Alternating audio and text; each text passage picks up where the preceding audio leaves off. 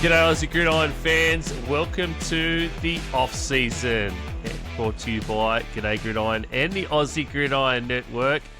That's right, it is the off-season and I feel like I am in some kind of weird space where I am just realising how little I speak to the people in my real life, because without the three of you, I feel like I haven't spoken to anybody for a month.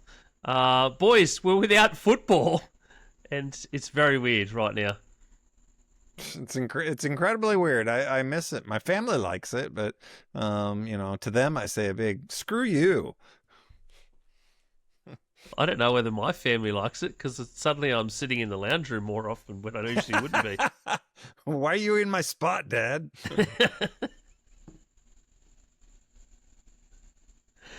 Yes. Isaac, Nick, how you going? Going good. I was going to say the first Monday for us as Australians in a while without football. Absolutely hate it. Mondays usually suck in general, but it doesn't suck as much when you've got games to watch, like highlights afterwards, games happening in the morning. But as I got told earlier this week, one Monday closer to the season starting, which means one game closer to, NFL coming back to Australia. I think we're about 2 weeks before the combine starts, Nick, if you want to really look forward to a fix of some kind of football action. We're going to try something.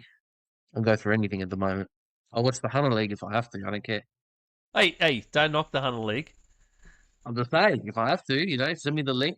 Give me a live stream. Our friends in the Hunter League, it's been fantastic so far from what I've seen online. I'd love to get down there to a game, and I'm going to definitely endeavour to do that. Not necessarily to cover it for AGN or anything. I think I just want to stand on the sideline and actually watch football. Yeah, absolutely. Nothing beats live football, even if it's crappy football. Maybe I might stand up on the sideline and just talk to myself like I'm talking to you guys podcasting while I'm watching football. Just because I miss the sound of everyone's voices so much. Commentate it. Until the cops roll up and say, hey, we've got reports of a strange bearded man. Just talking to himself over in a corner. Who are you working with? Oh, look at those tight ends. I like those tight ends. Excuse me, sir. Is your name in the Epstein files? No, they're in the GV files. Yeah, release the GV files. Oh, we're going to get some engagement now, Brad. Well done. Good farming. It is the off-season. We have some stuff to go through in the off-season. What are we going to do? We're going to do something that I have loosely titled and not told the boys about, called The Breakdown, where we're going to go through division by division and talk about the teams and talk about what's wrong. You don't like the name, Isaac? The Breakdown? No, after you were saying about going and watching Gridiron and standing there talking to yourself, naming it The Breakdown is probably the best one. Now I'm going to go through The Breakdown. So anyway, we're going to break down every single team in the league, division by division, and we're going to start tonight with the AFC North. So that's going to be an interesting conversation about four particular teams, who a couple of which are genuine basket cases, and others we really don't know what they are anymore. So we thought this was going to be the most interesting division to start with for this little off-season segment. Of course, we will have normal football action and coverage back eventually, but we'd love to hear your thoughts on all this sort of stuff as we go through it. Before that, though, couple of bits of news from this week. We'll touch on a little bit of news each week. There's only a couple of things out there that are sort of worth talking about. The highest on that list, though, is the Miami Dolphins cleaning house under their new regime. They have officially released two-time Pro Bowl linebacker or outside linebacker Bradley Chubb. They've released wide receiver Tyreek Hill, which is going to net them one hell of a salary cap hit in dead money. They've also released wide receiver Nick Westbrook-Akina, and guard James Daniels. 4 guys all being released from the Dolphins as we sort of expect more to come, but as they start to clean house ahead of the new regime. Yeah, it's they're going to town, that's for sure. They're trying to turn the page and go on to a new direction, but it's still they're in salary cap hell, so we'll see what they do. The big question is, what are they going to do with well, I can't even pronounce. I'm not even going to try and pronounce his name. Tua Tagovailoa? Yeah, okay, thank you. Tua Tagovailoa. So that's going to be the interesting one, especially because of his salary situation. I think he's like 99 million against the cap this year or something ridiculous. So, yeah, hey, they cut Zach Wilson, so that should save him some money. Well, they're already $28 million in dead money in the hole because of Tyreek Hill now. They will save $22 million in salary cap space. The Tua thing is a little bit more sketchy because, yes, they will. He's only in the second year of the massive contract that they gave him, which now looks to be absolutely terrible in terms of contracts, second only to one other idiot in the league. But, they can't really release him, really, with $99 million in dead cap just sitting out there. No. So it'll be what they do with him for this season and whether they try and just eat that money next season. Tyreek Hill's an interesting one, though. He's coming off, what was it? It's an full ACL tear and a broken ankle. And I think it was also his meniscus or something. So it was bad, whatever, whatever it was. And the thing about him is his age. What is he? He's 31, turning 32 before the season starts. So tell me another wide receiver who has got over 1,500 yards at the age of 32. There's only one. Can you guess who he is? No, actually. Wait, say that again, sorry. So what wide receiver has gotten over 1,500 yards after the age of 32? Which Tyreek Hill will be playing as a 32-year-old. OBJ? No. Ooh, this is a nice little trivia would I know question him, here, Brad? It is. Nicholas, I am severely disappointed in you. If we had Manjot, he would know it. Oh, Jerry Rice. Jerry Rice. Jerry Rice. I felt like that was an obvious answer, but I was looking for someone niche. Nah, to be fair, I saw an interview this week. Or something. To be fair, I saw an interview this week with Jerry Rice, and Jerry Rice didn't know Jerry Rice's stats. So, well, that's what made Jerry so good. Is he didn't care about stats. He just did the job. So, anyway, and there's only one Jerry Rice. I don't think Tyreek Hill is in that company. No offense. No, not at all. No one. Where do you think he could go, though, Brad? Well, I'd love to see him go back to KC just to see, but he's got to realize he's not the top alpha dog anymore, or at least he doesn't have all that juice left in the tank. I feel like he'd fit more at the Raiders, like just in terms of just the type of club. Dysfunction. Yeah, exactly. Yeah, well, if it's pure dysfunction, he's going to go like Arizona or Cleveland or something like that. But I think, to be honest, I think I would love to see him also at Pittsburgh. I think I would love to see what McCarthy would do with him at Pittsburgh, and they're in desperate need of a number 2. So, but yeah, there's lots of teams that could use him. Heaps. The Jets showed interest in him before this last contract he signed with the Dolphins. Yeah. Well, I banged on about this. Talk to Aaron Rodgers. I banged on about this again. team last off-season. I reckon he should go to the Bills. Give him Josh Allen. Yeah. Yeah. The only thing I think is in crappy weather. How's he gonna fare? Because really, that is a real thing, and especially because he's had hamstring issues. In the cold, that is a real thing. So, I mean, he's not going to get any better in terms of Miami, unless he maybe go LA.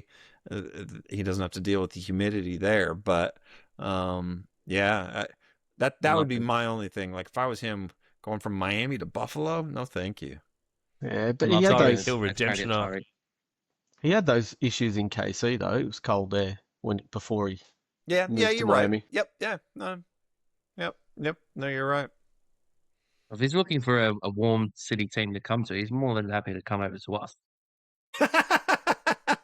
Unless he's afraid of getting shot, because that's a thing now with us apparently. So yes, it is. God knows why, but I don't know. Yeah.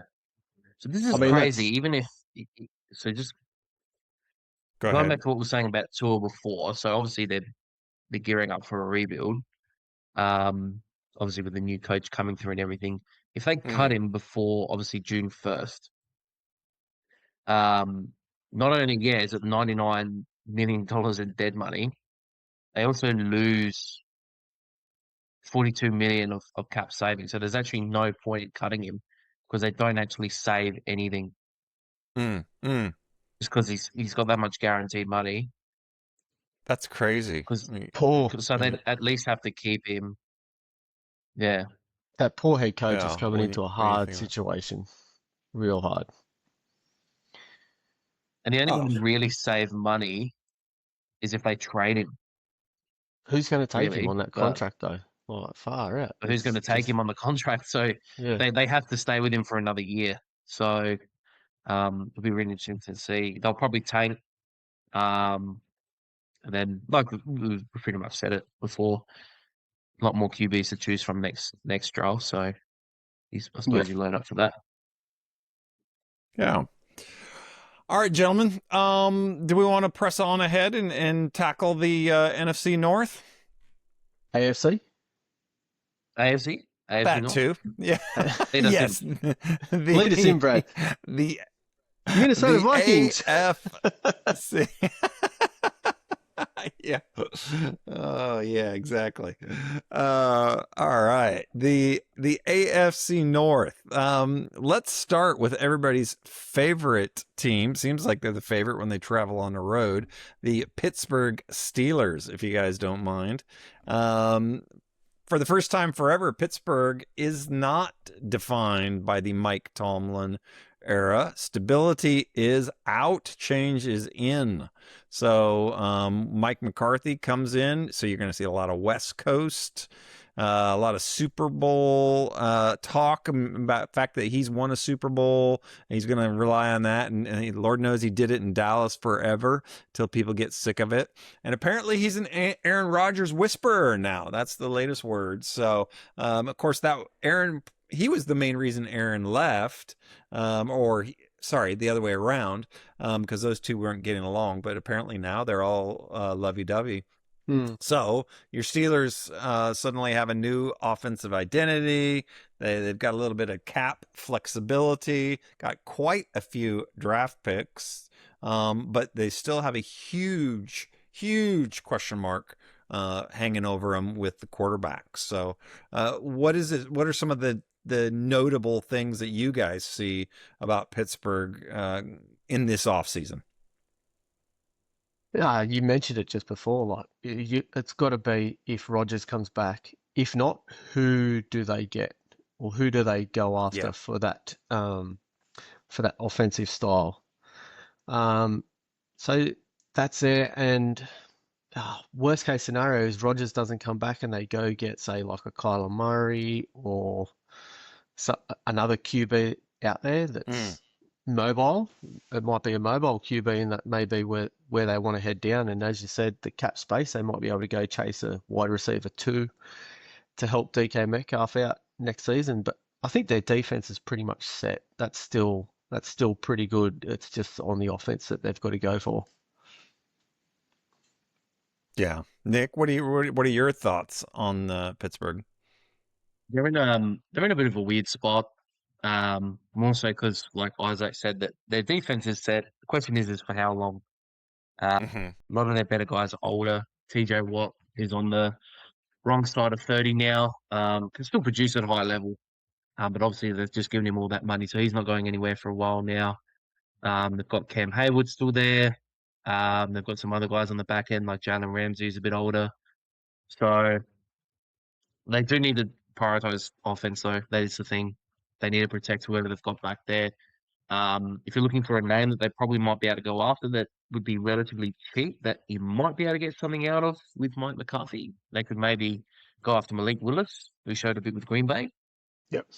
But they need speed, man. They need speed. They need someone that obviously can be a two, can be maybe a bit of a deep threat, more of a premium receiver. You could probably get one of those in the draft. There's usually, a bunch of guys that receiver-wise you can get value off, in whatever round. Probably need a running back as well. Offensive line probably needs a bit of retooling. So definitely offensively, but you'll get a bit of uplift from Mike McCarthy. So it'll be interesting to see how they approach it. But like you said, they've got a bit of money to spend. So they can go and try and get Malik Willis. They can sort of outbid a few teams that might need him. Mike McCarthy can work with him there. Then they just need to upgrade what's sort of around them. And they can mainly do that through free agency because they've got that money. Because the draft is more so defensive this year. So definitely a good idea for them to be able to go through with sort of spending a bit more on offense. Yeah, it's really interesting to me because they've got $45 million in cap space, which is the 9th most in the NFL. They're going to have apparently 12 picks in this draft. So, and you got to wonder, okay, what are they going to do with some of their guys? Are they going to offer them, like Joey Porter Jr.? Are they going to offer him an extension, that type of thing? Because I think this roster could look completely different than what we're used to or what you saw at the end of the year. And I'll be really curious to know because, exactly what they're going to do in that wide receiver room. Because McCarthy's system is all about, it's a West Coast system. So lots of slants, lots of stick concept. And he does heavy motion. He had one of the highest motion rates in the league when he was with Dallas, and he does a lot of running wise. He does a lot of zone and duo stuff, and they've got a decision to make about Gainwell, the running back, because he was huge for them, and he's going to be a free agent. So are they going to bring him back? Because if they don't, they're going to be hurting big time. Can anybody tell me what's one other receiver on that team besides Metcalf? Oh, you got the tight The fact ends. that we're pausing. It's the fact that we're pausing. It's a lag. It's a lag. Okay. Yeah, you're right. Most definitely the lag. Yeah. But the fact that we just don't know. I mean, and they have to get somebody else. They have to. Yeah, that's right. And then the wide receiver. So yeah, and their run game was pretty good last year. Like last season, their run game was okay. Like Kenneth Gainwell come down for them down the stretch was pretty good going into the playoffs, and Jalen Warren almost had 1,000 yards last season. So, I mean, it's just that wide receiver room, as you were saying, Brad. Yeah, absolutely. And their tight ends. To be honest with you, they've got a lot of money tied up in that tight ends with Freiermuth and then Smith, Jonnu Smith. So the Smith is making $10.9 million, Jonnu Smith. So, and if they cut him, they can save $7 million. So, you got to wonder, is it worth having two tight ends like that, because you're spending a lot of money in that room. So I don't think it is, to be honest with you. I mean, Arthur Smith was in love with tight ends. We know that, but it'll be interesting to see what they do with their cap flexibility and their draft flexibility. Are they going to move up in the draft, or are they just going to spam the draft and go for that? So, okay, I got a little scenario for you. So, best case, worst case. Best case, what do you guys see as the Pittsburgh being able to do? And then worst case, what do you see? I think best case scenario, so I'll go first. I think best case scenario, everything pans out like we said. I think probably the best case is Rodgers returns for him, and it gives him a 1-year bridge. McCarthy is known to to turn things over fairly quickly. You saw it in Dallas. So that pans out for them. They upgrade wide receiver too. All these things. Defensive still stays stable. Cam Hayward comes back for another year. He was their best defensive player. All those things pan out. I'm going to guess at best, they're a wild card contender. Maybe they could spoil. Maybe they could win a wild card game, but I don't see them doing much of that. I think that's best case scenario. For me, worst case scenario, none of that. All the opposite of that stuff. Rodgers walks. They're stuck with Mason Rudolph or whatever. Wide receivers. They have to beg Adam Thielen to come back for another year. Blah blah blah blah. All that. And they waste the cap space. Rookies are young. I think worst case scenario, they get 6 wins. So I that's my scenario. What do you guys think? Best case, worst case? I totally agree with you with the best case scenario. Best case scenario is everything we've just said pans out. Rodgers comes back. Worst case scenario is they trade away a piece or a young piece to get, say, a Kyler Murray or say it's Kyler Murray. They go out because he's been linked to Pittsburgh and he's just injury prone like he is at Arizona, and they're playing Mason Rudolph. I don't even see him winning 6 games there with Rudolph in the lineup. So worst case, they're a lottery pick next year. Yeah. Okay. Yeah. Nick, any thoughts on that or anything different? Best case, I think for them, you really got to upgrade what you've got on offense. You're gonna obviously need to bring. So Gainwell is a free agent.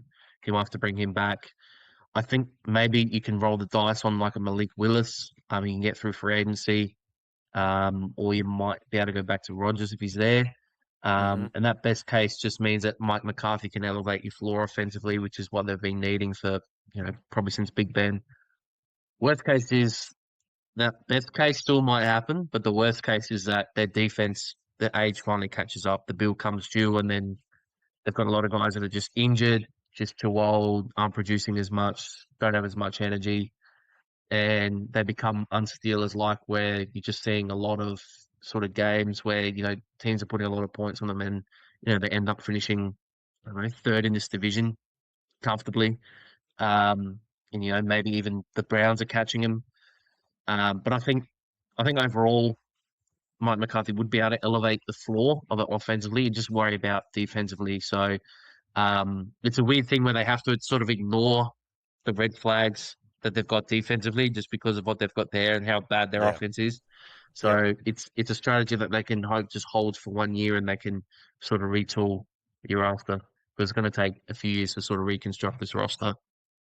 Yes. Yeah, exactly. Yeah, I think you hit the nail on the head. And I don't think McCarthy's going to be judged by Aaron Rodgers. He's going to be judged by what happens after Rodgers.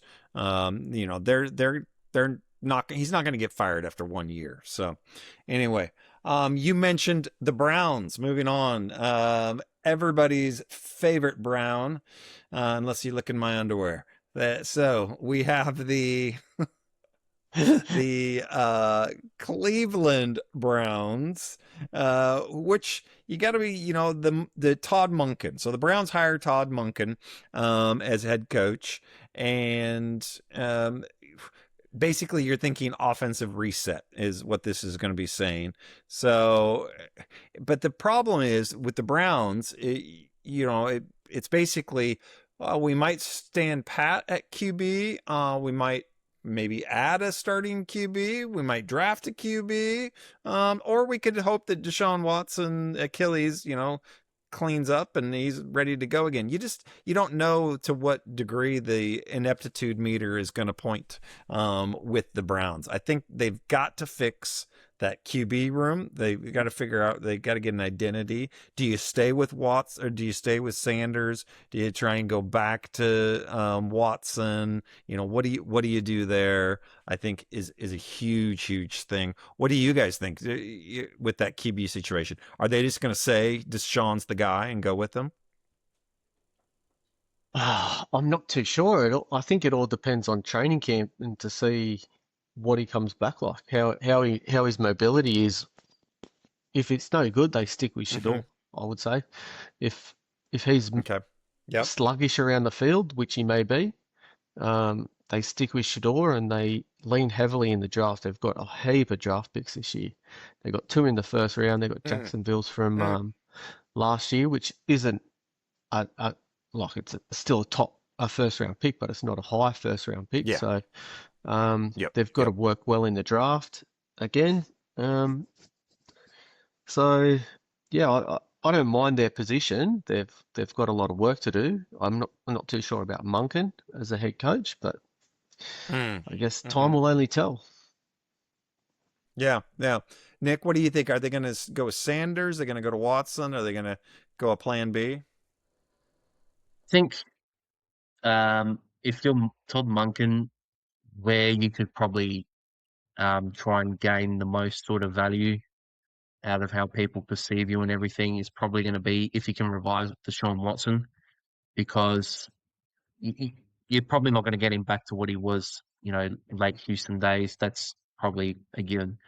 But if you can get him to, a level where he's at least a decent quarterback, then he's at least, the starter for the team. So, the contract, so you're like, yeah, it's a fucking shit contract, but it's like at least he's actually playing now. I think it's better for them to sort of roll the dice on trying to get him back, because otherwise he sits on the bench for another year. There's no real point in sort of having him around. I know they've got to keep him around because of how horrible that contract is, but what's the use in paying a guy that much if you're not going to sort of try and roll the dice with it with the new coach? So I think they try it. I think if Todd Monken can actually get him to some sort of competent level, even if that's an average league quarterback, I think Cleveland would take that right now. And I think it's worth rolling the dice. And if it doesn't work, he just goes, well, he's what we thought he was already at this stage of his career, and they just roll with, whoever's playing well at that point, either Shador or even Dylan Gabriel, and you just sit and wait, and then at least it's a good quarterback draft coming up. Yeah, no, that makes perfect sense. I think no matter how you look at it, that the Watson contract is a massive just albatross hanging around their neck, because they don't have any cap room. They're only have like $2 million in cap space, so they're gonna have to restructure. And like you said, Isaac, they've got draft picks. They've got a lot of 2 first rounders, pick 6, pick 24. But there's got so many holes. They got to rebuild that O line. They got the wide receivers again. They've got to figure out and get some depth at wide receivers. That seems to be a trend. And come up with that identity, like we said, in the quarterback room, stabilize that quarterback room. So, those aren't cheap things to do. And defensively, they're looking at, okay, Myles Garrett, is he really gonna give him, get him over the hump, so to speak? I don't think so. Personally, I think they're going to be struggling. I think they need to move Garrett. To be honest, I agree. I think they need to move him while he still has value. Exactly. Yep. Yeah. Package him in a deal, and see what they can get for him. So, okay. Best case, worst case. No, sorry. Go, Nick. I was going to say, I don't think you can now, because you just recently signed him. Like if they realistically trade him, they'd have to do it post sort of June 1, and you don't really get a lot of sort of money out of that because they paid him so much. But it won't happen until the only way they sort of do it and save sort of cap space, you have to actually do it after June 1st. Yeah. But I just, and if you do that, what can you? I think this now is the time to trade him. Though he's just come off a career year. We haven't started a new league year yet, so you can't go. He's not as good as he was last season. See, you just try and get some firsts out of somebody, or first and seconds and thirds. Just get some kind of draft picks out of one of these teams that are also massively needy, because I think the Browns, the biggest thing the Browns need is personnel, and they are probably, like, let's be real, they're 3-4 years away from being a properly competitive team in multiple Yes. phases of the ball, not just defensively. So it's you've got to do that, to achieve anything right now is you need picks, you need free agents, but to get free agents you need money. You don't have money, so let's just go picks and start building. So it kind of lends itself. It begs to the question: what do you do? Do you build around a mediocre quarterback, build everything up around them, or do you go after? They've gone after the quarterback and stuff, and that hasn't worked out for them. So I think you got to Ian's point, you got to build up around them, and what's your best asset? It's Myles Garrett. So I understand your point though, Nick, in terms of they're logistically it's hard to trade them just because of the salary and stuff. I understand it completely as well. You probably would get like they wouldn't be saving a whole lot because of how much they're sort of paying him, but there's probably some teams that would be sort of suitors in terms of like what would sort of be his value. I think you'd probably be able to fetch even on the backside of 30. You could probably get two. Well, what did Parsons go for? Was that the first? Parsons went for 2 1s, and so another mid round. It was a third. 2 1s, a third, and a like player. So, I'm pretty sure it was. Yeah. I think this is exactly what it was. Yeah. If you do trade him, you might have to wait and see, because Crosby might be getting traded as well, so he may set the market of what you have to give up to get a pass rusher. Yeah. But also, I think also while Crosby's still in this, the whole part of Willie won't he and will he stick around because of what's going on there, all that kind of crap. I think you try and get rid of Garrett before that happens. Like, don't let it wait. Be the first one out there to say, I want this. So that needy team you get the best deal possible. Because I think in terms of picks, if you wait, if Crosby goes first, then you've probably missed the best deal you could get. And you're only going to be taking seconds after that.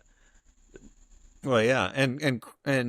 And we'll get to him later, but Trey Hendricks for, Cincy.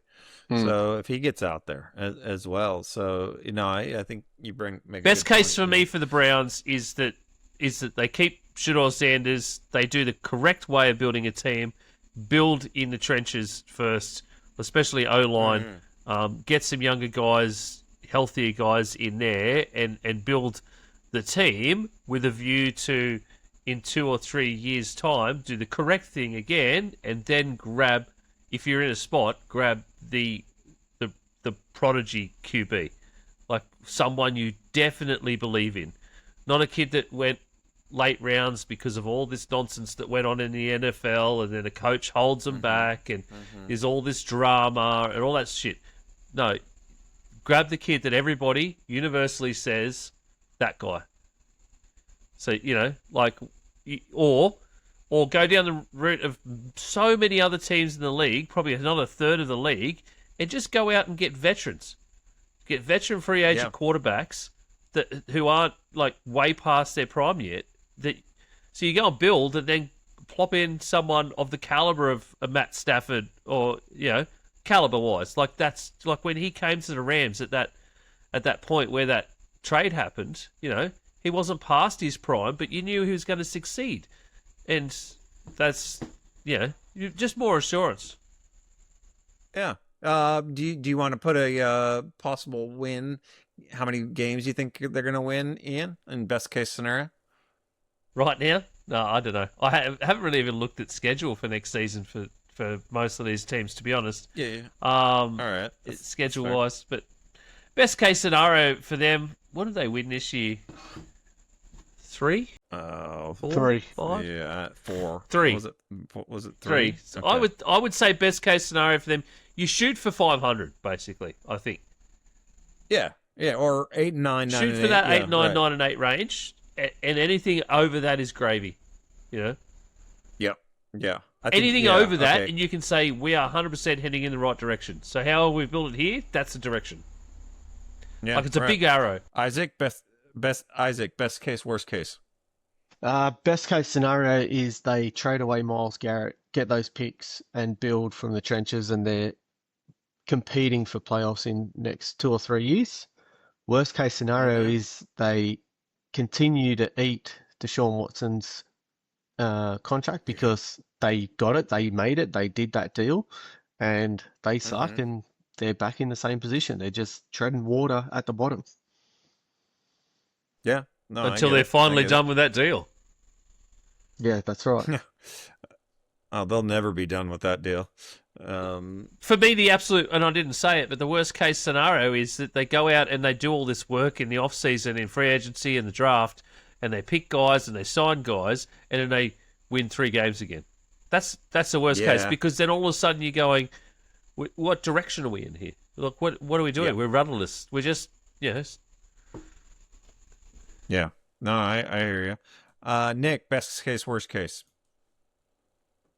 Best case, it's actually a big QB focus for me on both sides. Best case scenario is they actually do get something out of Deshaun Watson and or Shedeur Sanders. If they can get one of them to be at least competent, they can say, well, at least they've got someone sort of.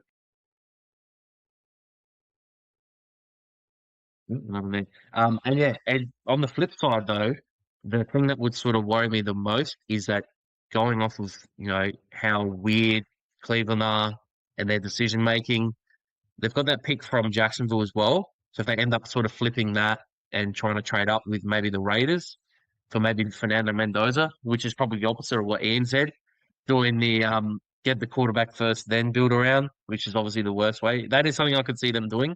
The other thing that people don't realize as well is that even if they do keep Myles Garrett, the loss of Jeff Schwartz as well, Jim Schwartz, how big of an impact that will have. So probably more leaning towards what happens on the worst side than sort of the best side. But if they can get some good sort of way to get one of their quarterbacks going that they've got at the moment, hopefully they select another one, then they can at least sort of maybe win more than half a dozen games. Super quick. Yes, no. Does Deshaun Watson play this season? Yes. Yes. Interesting. And I say just purely to see if they can build some trade bait. I think that's why they do it. I don't think you can trade him. I think it's just more so can they just actually get him to play. Well, if he can't play, then they're pretty set on just saying, all right, it's quarterback the next draft. I think I say that with the qualifier that they're going to get him to restructure his deal, because I think maybe he thinks, okay, I need a different place to go, and there's no way I can go anywhere else with that contract. You're right. With that current contract, there's nothing he could do. So, all right. Yeah, I think best case, just what, like you guys said, 500 team. They're maybe sniffing a wild card. Anything over that would just be ecstatic. Worst case, they're just right back here where they're at. All the Watson drama still there, QB carousel, all that kind of crap. So, and another year of Myles Garrett wasted. That's the worst case scenario with that. All right, let's transition to another crappy team in the AFC North, but interesting, and let's see if they can turn it around. Your favorite Cincinnati Bengals. Burrow is basically his window is wide open as a 7-Eleven on Christmas Day, and the offense is built to contend. You got Burrow, Chase, Higgins; they're all locked in. The defense, though, is an absolute Titanic mess, and my apologies to the Titanic for comparing them. But it's and now they're looking like they could lose their best pass rusher as well. The Bengals do have some resources to fix it, but we'll see. What do you guys think? I don't want to talk over the Bengals too much. What do you guys see as their biggest issues, and where do you see them going in this offseason? You hit the nail on the head there. The biggest issue is defense. It's been that way for however long I've been following the NFL, and to lose their favorite, or to lose one of the best pass rushers in the league, it's going to get even worse. Like I don't think there's any way he comes back after what happened last year. So he's definitely out the door. So what do you do there? They've showed that they can't bloody draft anyone because they try and put sneaky little shit in their contracts. So, Yes, that's right. um, That is right. who knows what they're going to do? Like the offense, just they need to build that offensive line to protect Burrow. With again, it's the same thing. Ever since Burrow's come into the league with the Bengals, he hasn't been protected, and he's running for his life, or he's getting absolutely hammered on each play. So they've got a lot of holes to fill. They miss their chance probably to trade Hendrickson away to get some draft capital back to actually fill those needs. So they're, I think they're looking at another really rough season unless they catch fire like they did. I think it was 22 or when they went to the Super Bowl 21. Yeah. But yeah, they're going to be in a world full of hurt again. Yeah. Yeah. Nick, or Ian, what are your guys' thoughts on the Bengals? Trey Hendrickson is they've indicated that they're considering using the franchise tag on him. Now, players can decline the franchise tag, and if they were to do that, they'll pay him more than they've paid him this year because of the deals of other similar players. Max Crosby, Myles Garrett, Michael Parsons, for instance. But he is going to be a free agent. You know what? The biggest problem, apart from defense here for me, is Zach Taylor. How this man is the only head coach in this entire division to survive, I do not know. Because if you get rid of Harbaugh like the Ravens did for just missing the boat every time, how the hell Zach Taylor is still the coach of the Cincinnati Bengals, I do not know. So they may have missed the boat here in terms of head coaching hires for this season, that they're going to have to put up with this for at least another half a season until it all goes horribly wrong because they keep making the same mistakes and just keep continuing down the same path. Nick, what are your thoughts? Obviously, another season where they've had Joe Burrow go down. So they really need, obviously, to invest their own line. Obviously, they're set weapon-wise, receiver, tight end's pretty good. They can get some run game. I look at it as a glass half full sort of approach. We'll sort of come to it when you do best case and worst case. It's a heavy defensive draft in the first round, and the top 3 rounds. There's a lot of good defensive players, particularly up front. So they might be able to find a Hendrickson replacement. Should they have traded him? Yes, obviously they would have been able to get more picks out of it. But they can find. There's a lot of good sort of linemen in this draft as well, interior and at tackle. They can find pass rushers. They can find guys in their secondary.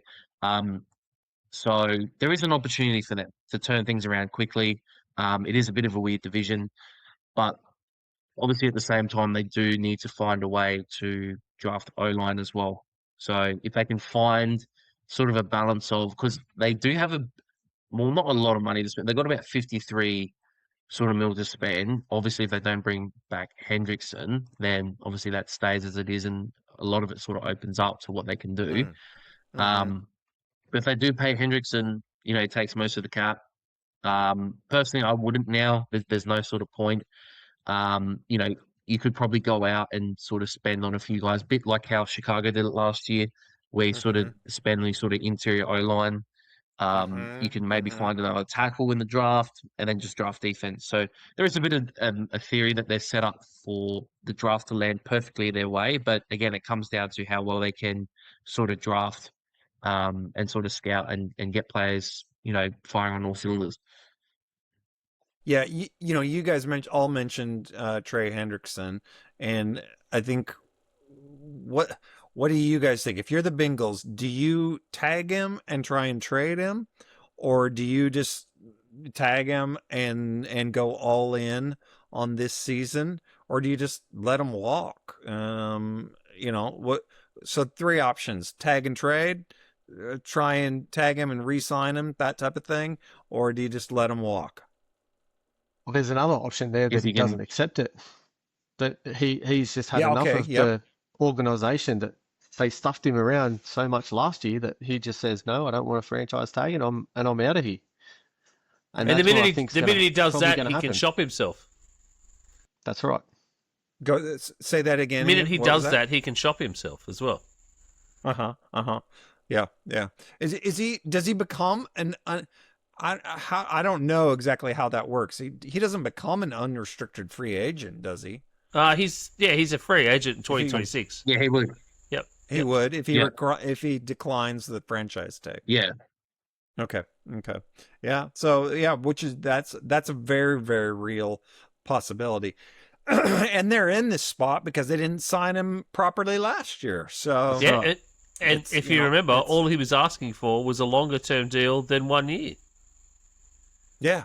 Yep. So it wasn't even that much. Yeah, it's just frustrating when you see organizations so incompetent run their teams so incompetently. So especially when you have one of the, or arguably the best quarterback, arguably, in Joe Burrow right now. So all right, let's go play best case, worst case for these guys. Nick, you're up first. Best case, worst case. Best case, like I said just before, if they can hit on the draft. It's a big off season for their GM.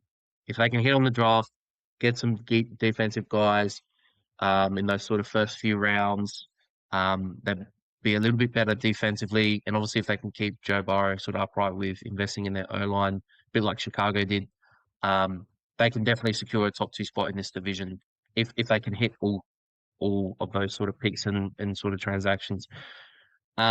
Worst case again is that their defense struggles again, and they sort of have kept, a bit like what Ian said before, they've sort of missed the carousel of the coaching because all these guys with a bit more experience have sort of come available. Now they've been and gone.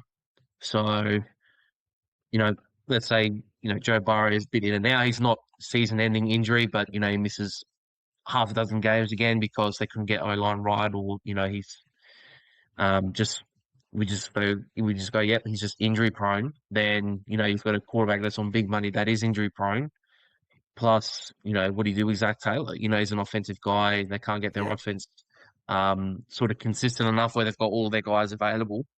And for an offensive guy that, you look at guys around the league like Andy Reid, Sean McVay, these guys who are, brilliant offensively can rebuild offensive lines pretty quickly. So the fact that Zach Taylor wouldn't be able to do that is, a lot on his part with being able to get the guys sort of working in his favor. Yeah. Yep. I get it. Ian. Best case is Joe Burrow stays healthy. They get, as Nick said, some offensive line help. They do something miraculous with that 10th overall pick and pick the correct player rather than just picking another edge rusher or a safety. And they actually do something. So, Zach Taylor finally figures out whatever the key is to get them back to a Super Bowl. And that's the best case scenario. Worst case scenario is they float on like they did this year, where they've paid the offense way too much money. They forget about backup quarterback, even though they've got a quarterback who is essentially made of glass at this point.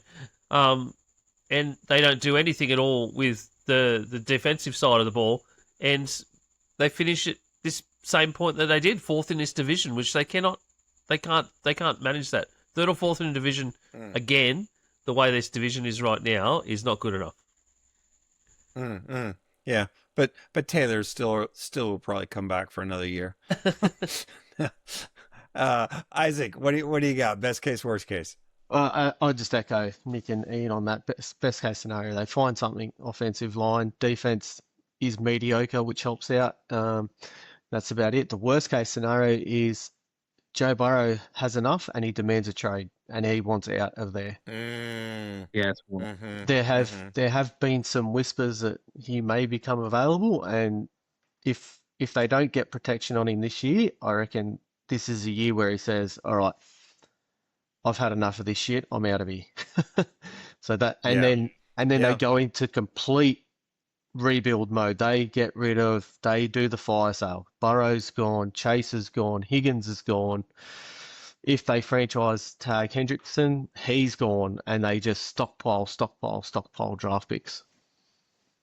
Yeah. And they can have 2 firsts and 2 seconds from the Vikings right now for Joe Burrow. Easy.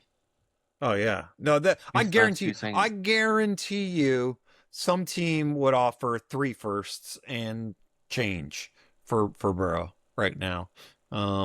Yeah, just because Arizona, somebody, one of these teams would. It would be unreal if he went on an open bidding market. He can come. Come play in Minnesota. Great facilities. They look after their players. You know. If we still had scorecards, top of the list again, A+. Yeah, I like it. If you don't want to win a Super Bowl, in my mind, go to Minnesota. Yeah, it doesn't matter. No. Joe Burrow's window is always open. As long as he's playing, it's always open. Isaac, that's what we opened with. He's just got to be playing. He's just never playing. Yeah. He just needs yeah. That's the problem. That is exactly the problem. I think I echo what you guys say. Best case is that offensive line holds up. They get a little bit of pass rush in that interior. They need that. Burrow stays healthy. If they do all those things, they can contend for the AFC Championship. They really could. But that defense also has to become mediocre. We're not saying top 10, top 5, just mediocre. Just be in that around 15 range. Because right now they're asking Al Golden to basically, make dinner with a toaster and a spoon, and that's it. No food. I can do that. So. I could stick the spoon in the toaster if I had that. Are you talking are they just the utensils, Brad? Do we get food on top of that? Because no. Well, no. Well, okay, all right. Toaster, spoon, a tin of beans, mate. I'm set, righto. Okay, I was a spoonful of Vegemite. How's that? Well, I'm Australian, so yes, that will sustain me. No bread. Fine. No bread. That would be the first time I've eaten it off a spoon. Fair enough. And offensively, I think all those things gel. They could contend for the AFC title. I think worst case, you guys said it, everything just falls apart. Burrow becomes a distraction. They win 4 or 5 games. And that's the worst case. Let's hope it doesn't come to that. All right, moving along to our final team. One of the biggest disappointments in the NFL this season. A lot of people had them picked to go to the Super Bowl. Of course, you know who I'm talking about, the Baltimore Ravens. So Baltimore just did the unthinkable. John Harbaugh is out, and the Ravens are officially in a new era. They replaced him with Jesse Minter. He's got a defensive mind with Raven roots, also connected through Michigan. So there's that connection as well. And despite the chaos, though, the front office has kind of done what the Ravens always do. They've locked down their core pieces. You saw them sign, we know Henry's going to be back. Kyle Hamilton got a big contract. Travis Jones. And then they're going to do what the Ravens always do. They're going to let some role players just kind of quietly exit. They've got only $22 million in cap space, so they're kind of middle of the pack, but they do have a lot of draft capital. So they've got the picks number 14 and 6 right now, and they're projected to get 4 comp picks, which would give them 11 picks in total. So with all that said, what do you guys see as some of their necessary things? Isaac, do you mind? Let's start with you. Yeah, some of their necessary things is to get Lamar Jackson healthy. I think it showed last season that he was not healthy one bit. Every time he come back, it was something else that went wrong. He just needs to take a break, rejuvenate the body, and come back, and then go back to the blueprint of run the ball with Henry, get Lamar. He's got the pieces there in Flowers, and Mark Andrews is coming back. They're probably going to, I think they're trading away, or Isaiah Likely's a free agent. I'm not too sure on that one. But they won't. I think he's a free agent. Yeah, they won't keep both of them again this year. So yeah, just get back to the blueprint of 2025, 24, 25, and 24. Go from there. Yep. Okay. All right. Ian? Look, I think they're in a bit of trouble if they don't manage to figure out what's going on defensively, number one. I think the offense can fire when the offense is healthy. And that's the biggest part about this offense this season. They weren't healthy, and stuff just wasn't right. Stuff wasn't clicking because of that, the continual in-out. And as soon as they're without Lamar Jackson, they're a basket case. Defensively, though, hopefully Jesse Minter being there can bring them up. They were a bottom 10 defense this year, and that hasn't historically been this Ravens team. They've at least been mid-pack or better, and bottom 10 was a horrible showing. I think they've got the skill and the talent on defense. It is just something went awry in leadership-wise in terms of how to get them together from a coaching angle and get them playing consistently in the one scheme. And I think that will help with a defensive coach. And Jesse Minter is a great defensive coach. Defensive head coach come in. I think it'll be a lot better because, again, offensive wise, I mean, they're essentially Lamar Jackson led. So if he's there and he's healthy, they'll play good.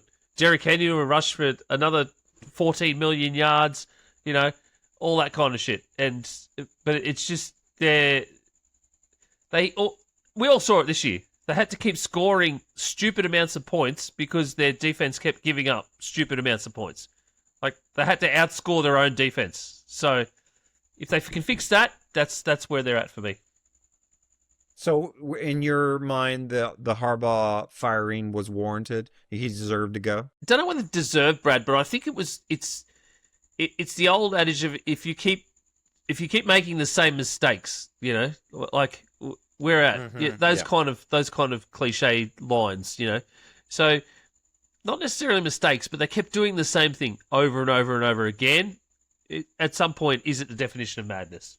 Not that was an actual quote, but I think it was time just for fresh ideas, fresh face, young. That's the other part is get youth in there in terms of a head coach role because other teams and other franchises have seen success with younger guys.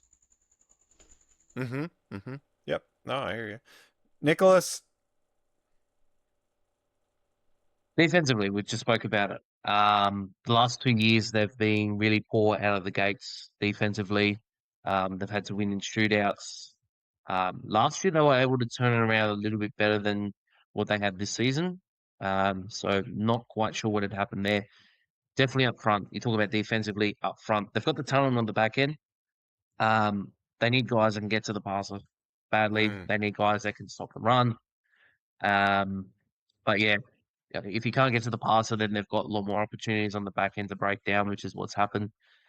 I think in terms of what they got offensively, it's really just about, obviously, like we said, Lamar staying healthy. What do they get out of Minter? What do they get out of a new OC? It's going to be interesting, really, how they sort of approach this offseason. They don't have a lot of money to spend. But in saying that, as we've spoken about it, it's defense-heavy draft. You can find some guys that can play up front for you. So there'll be some opportunities for this team to obviously make the correct calls on certain guys and obviously be competing again. Let me throw you a number at you, see if you guys can figure out what it is. 60 in 2023, 50 in 2024, and 30 in 2025. Those were the Ravens. Any idea? Touchdowns conceded? They were their sacks. So 60 in 2023, 50 in 24, and 30 in 25. So their pass rush fell off incredibly, like what Ian was talking about earlier. So they really got to work on that pass rush. And then to me, one of the biggest questions is Tyler Linderbaum, their center. So I think he was one of the top guys that I reviewed when we did our first draft palooza. I was big on Linderbaum, as were a lot of people. But they've listed him as an unrestricted free agent this season. So if he hits the market, he's the type of team center that teams could throw just stupid money at. So I wonder what they're going to do with him. Are they going to re-sign him? Because they still need interior offensive line help. And so if they lose him, they go from bad to worse. And that could be a huge situation. So I'm eager to see what happens there and what the impact that has. And then wide receiver, they gotta make some moves at wide receiver and cornerback and tight end. So yeah, all those things, like you guys have mentioned. All right, best case, worst case. Isaac, give it to us first. Best case is they stay healthy and they return to 2024 form where they were one of the best teams in the league. Worst case is Lamar goes down with a serious injury and this is another write-off season. Yeah. Do you see Isaac? Can you see him getting to the Super Bowl? Best case. Yes. Yeah. Okay.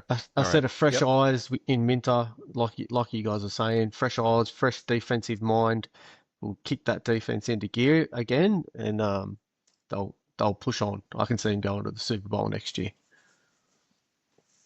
Cool, Nick. Best case is they can get some guys up front that will help.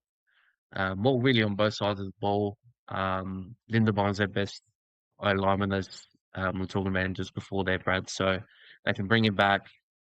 They can go through with adding some guys up front. They'll definitely be a lot better sort of next year, going into next year. The worst thing that can sort of happen, they've got a few guys that are a bit on the older side. So, Lamar Jackson's almost in his 30s. They've got Marlon Humphrey in his 30s, Ronnie Stanley's 32, Mark Andrews 31, Derek Henry's 32. Yeah. It's a bit of an older squad as well. So, a bit like I was saying with Pittsburgh earlier on, they're at that sort of time where, are at the stage where things might start to break down. You don't get as much production. Guys sort of breaking down. Mark Andrews, start of the year, injured. They didn't get quite as good of production out of Ronnie Stanley as what they had previously in a lot of years. So, worst case scenario is obviously, maybe the injuries continue because of age or, they're just slowing down. So then after that, they might be looking at sort of a retool year in a division that's really messy, which they should be taking firm control of considering their quarterback. Yep. No, I get it. Ian, let's hear you. Yeah, look, similar for me. I think I already sort of said it. Best case scenario, Jesse Minter changes his defense. The offense fires, and we are back to the Super Bowl. Finally at the Super Bowl, rather. So they're back to 2024 form, and they'll make the Super Bowl. Because the key is the defense. Because once you get to that back end of the season and into the playoffs, we saw it this year. If that defense is not firing, then championships are nowhere. So there's your best case. Worst case, Isaac hit that nail on the head. If Lamar Jackson gets another injury this season or he just checks out because they're not doing well, that's it. Done. You have to really start figuring out what you want to do as a franchise from moving forward. And year one of Minter would go down the tube, and that's probably not a good look. Yeah. Do you see worst case? Do they finish below 500? Worst case is below 500 for sure. Below 500, you think they could get that? I think they can get that bad if things go south, because they're another team who have not looked at in a depth in certain places. And you hit it, Brad. Mm-hmm. Wide receiver room again. You can't keep going forward with just Zay Flowers, and DeAndre Hopkins isn't what he used to be. But and you've just tried to keep going forward with Zay Flowers. He's talented, but he's also very up and down. And as soon as teams figure him out, they're done. I don't think he's a true number one. I think he's a great number two, but I don't think he's a true number one. So they need a true number one. Them and many other teams. Yep. Yeah, exactly. Get in line. Hold my beer, says 3/4 of the NFL. Yeah. You guys, we've all said it. Best case, they're back in the Super Bowl. Worst case, everything falls apart. The age starts showing. I still think they're competitive. Like I still think they get in the worst case scenario. They're this year's Kansas City Chiefs, I would probably say. So I don't know how many the Chiefs won this year, but that's 6-11, kind I think. of Yeah, so pretty close. yeah. Yeah. I think that's their floor. So there you go. That's we just did the NFC North, gentlemen. AFC, thank you. Um we we just did the AFC North. I think it's a tough division. That's for sure, and it could go either way. You got teams like the Bengals and Ravens who are Super Bowl contenders, or could finish way below that and things could implode. So it's going to be a fun division to watch, one of the funnest in the NFL. Yep. Ian, what else do we have? That is it. Well done. The breakdown, AFC North edition, done and dusted. Thank you, boys, for holding in the fort. If anyone hadn't realised by the sultry tones of my voice, I am getting sick. So Brad taking over tonight and just running the ship here has been amazing because I haven't had to talk that much. Boys, I'm going to hit you with it live on air. What division do we go for next week?